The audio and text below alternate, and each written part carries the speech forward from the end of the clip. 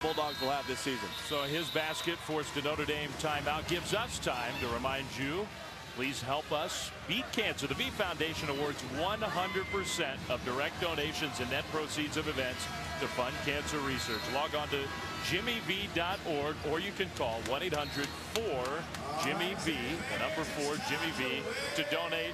A great cause. They have raised millions and millions of dollars over the years for cancer research.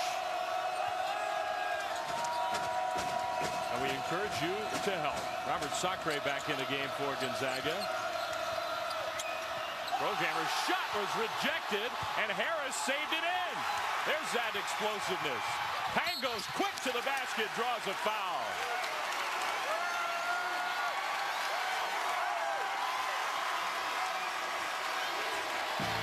They're going nuts. Why not? All Gonzaga in the first half. Jonathan, we'll look forward to that. Gonzaga having a big first half here. And Elias Harris, Sean was talking about his explosion. He's healthy after a down year last year. With Gonzaga at the free throw line out of this timeout. Harris has 6 points, 8 rebounds in the first half. And Elias Harris, a kid who a couple of years ago was a freshman for Mark Few, had such a big year. There was talk of NBA lottery. Was he going to stay? Was he going to go? Came back last year, and really it was a disappointment. And it sure looks like he's got something to prove this season. Well, as I mentioned, not having to play overseas and being able to really concentrate on his skill development and being here on campus all summer long, a big reason for his success. He spent a lot of time in the weight room. He worked on his nutrition. All those things bode well for Harris. Nice little backdoor play, and then Atkins fumbled the ball away, but they say last touch by David Stockton. Notre Dame keeps it. Now down by 19 here in the first half.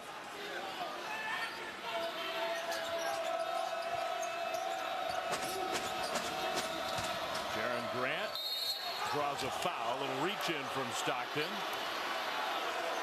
Grant will go to the free throw line. Thursday night, the HTC Big East SEC Challenge begins with a doubleheader on ESPN2 at 7:30 Eastern. St. John's and the #1 Kentucky Wildcats. Then at 9:30 Eastern, Georgetown off to a nice start this year. The 12th ranked Alabama Crimson Tide. Two great matchups. St. John's, Coach Lavin not going to be at that game, and you think about Coach Lavin. Obviously, here in Jimmy V Week, we're talking about cancer, and Coach Lavin's gone through an awful lot in this early portion of the season. I wish Coach nothing but the best. As do I, as do so many of us around the college basketball landscape. We're thinking about him. We hope he's feeling back to 100% real soon. Sacre with the defender falling down. That's a miss that you don't see often from big Robert Sacre. Jaron Grant, what a weird bounce pass that was. No chance to succeed. Now Sacre touches it back to Harris, scores. Great first half for Harris, and it's just the difference between the quality of shots. Gonzaga's toying with Notre Dame, passing the ball side to side with good touch passes, and Notre Dame is forcing things through the lane and allowing Gonzaga to have opportunities to score. And that's just the overriding difference here in the first half. And you look, Sacre just gets it, flips it back. Easy 2 points. Efficient basketball. Savvy play by Sacre, too. Kind of caught it in an awkward position. Just a quick little flick. Sacre was not happy with that last whistle. He thought he picked the pocket of the point guard, Eric Atkins. Double bonus for Atkins. Makes the first of 2. Sacre, the unquestioned leader of this Gonzaga team. Well, nice job by Atkins to step us to the free throw line and knock 2 down. But we go back to the break here. Coach Bray's got to figure out things for his team.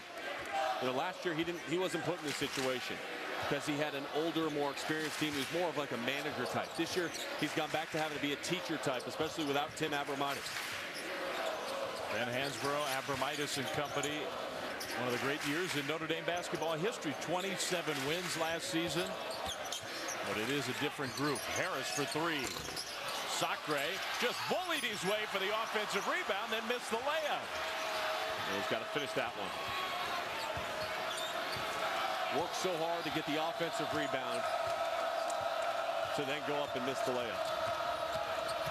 Grant was stocked him on him. Layup good. Notre Dame trying for a final push here at the end of the first half.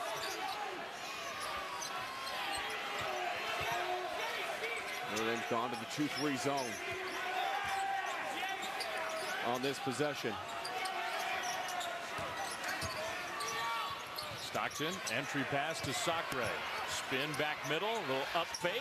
Again, he misses the short shot. Notre Dame rebound. Maybe there's some hope for Notre Dame going into halftime to feel a little bit better about the position. You mentioned they were down 19, now they're down 15, but made bucket here, a couple free throws made down the stretch. I don't know if you can call a 6-2 run a run, but by the standards of this game, that's what Notre Dame is on. About a 7-second differential, game clock, shot clock. Jaron Grant, he has been very aggressive in the first half. If I'm Grant, I'm looking to turn that corner every single time. Now the Zags, final 10 seconds. Pangos slips one to Sacre with contact, draws a foul. Just 2.2 seconds to go.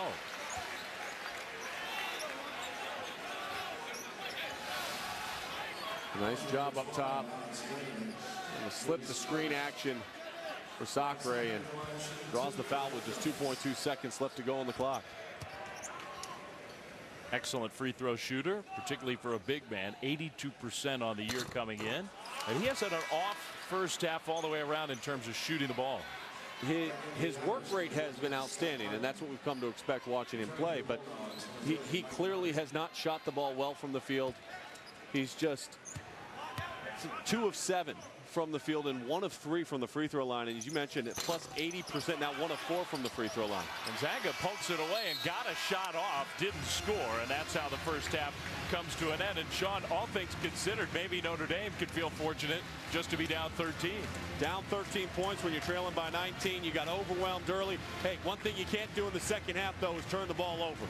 So score at the half, Gonzaga 35, Notre Dame 22. Now let's join Jonathan Coachman, Doug Gottlieb in our studio with the ESPN halftime report. Start of the second half here at the Kennel in Spokane. Gonzaga, the 18th ranked team of the country with a 35-22 lead against Notre Dame. And also welcome back to Jimmy V Week for Cancer Research on ESPN as we continue our commitment to the V Foundation and Jim Valvano's dream to defeat cancer. Dave Fleming, Sean Farnham back with you here inside the Kennel with the students rocking behind us. Great first half for the Zags. Very sloppy for Notre Dame, Sean. 13 turnovers in the first half matches their total for an entire game so far this season. Well, and you look at how they were able to take those turnovers and then turn them into points, and I think that's the biggest difference here in the first half. 17-2, they're plus 15 in turnovers and start making points off of turnovers. And just really poor awareness on the court, and Gonzaga was able to capitalize on it and not even having to go against Notre Dame in the half-court set. I think that's a big reason why they were able to balloon out this lead. If Notre Dame can contain the ball here in the second half and allow them to get looks and shot attempts up, they'll give themselves a chance to maybe shoot their way back into this game. But right now, it's been all Gonzaga. Gonzaga's got the big lead. The Bulldogs, though, have had a problem holding on to big leads in this early season, so we'll see. Up big in those 3 games, and they got real tight, each of them. Mark Few, I'm sure, was talking to his Bulldogs about that during halftime. One of the things that also impressed me is that the Bulldogs didn't settle for perimeter shots. Only 4 of their 30 shot attempts were from behind the arc in the first half. Mike Hart, not a real offensive-oriented player. To the freshman Kevin Pangos. Harris had a nice active first half along the right baseline. Tried to use glass. No good. Rebound fighting Irish.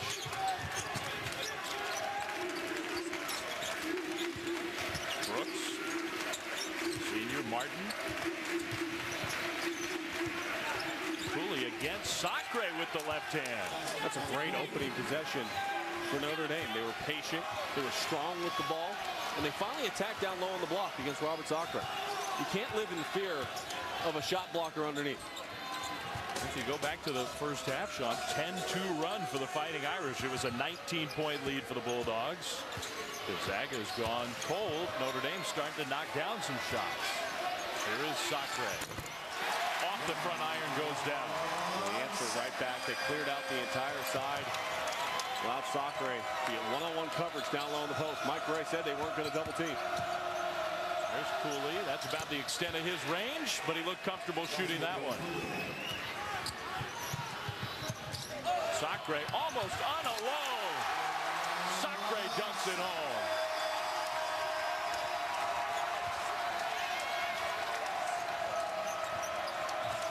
Well, that was a defensive breakdown for sure.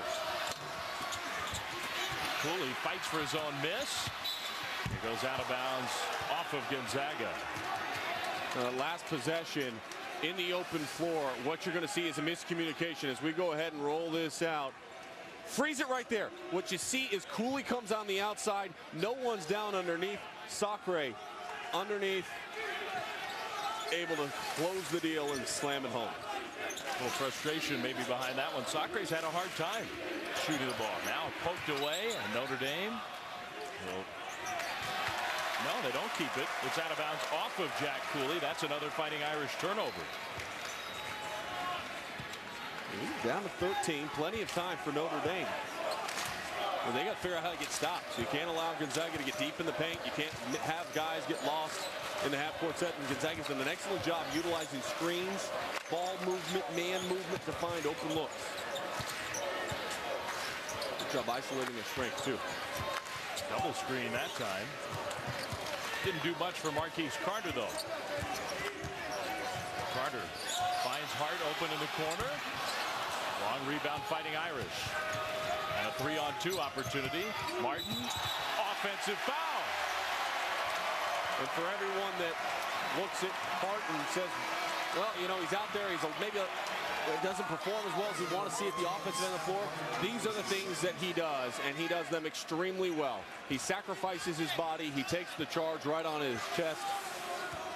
Does an extremely nice job at that end of the floor, making those hustle plays that don't show up in a box score. Well, he's a guy who missed the shot for Gonzaga and got back to draw that foul. Pangos tipped by Hart, no good. Well, the Zags really have cooled off offensively. Atkins, Pangos tries to draw a charge. He does.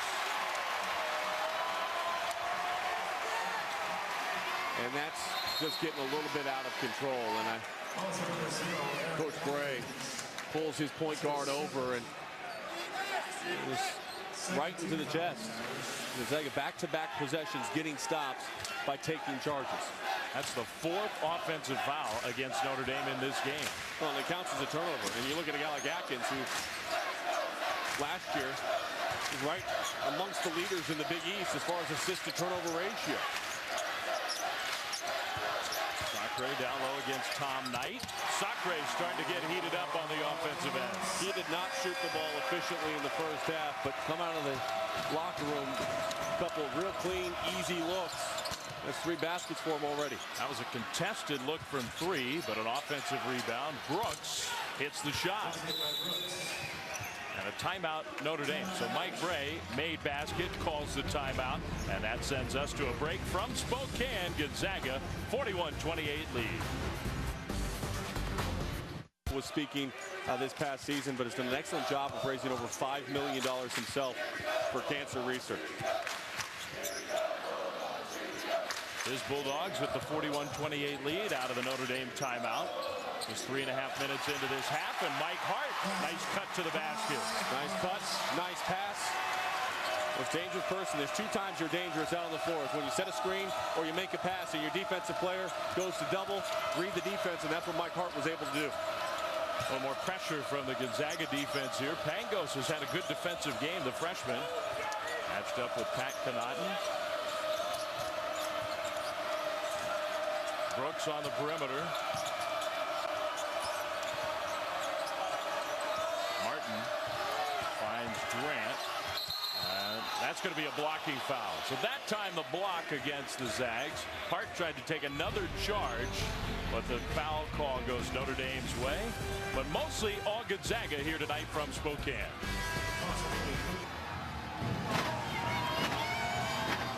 here in Spokane. 43-28 lead for Gonzaga playing here at home inside the Kennel, where students were camped out for 2 days.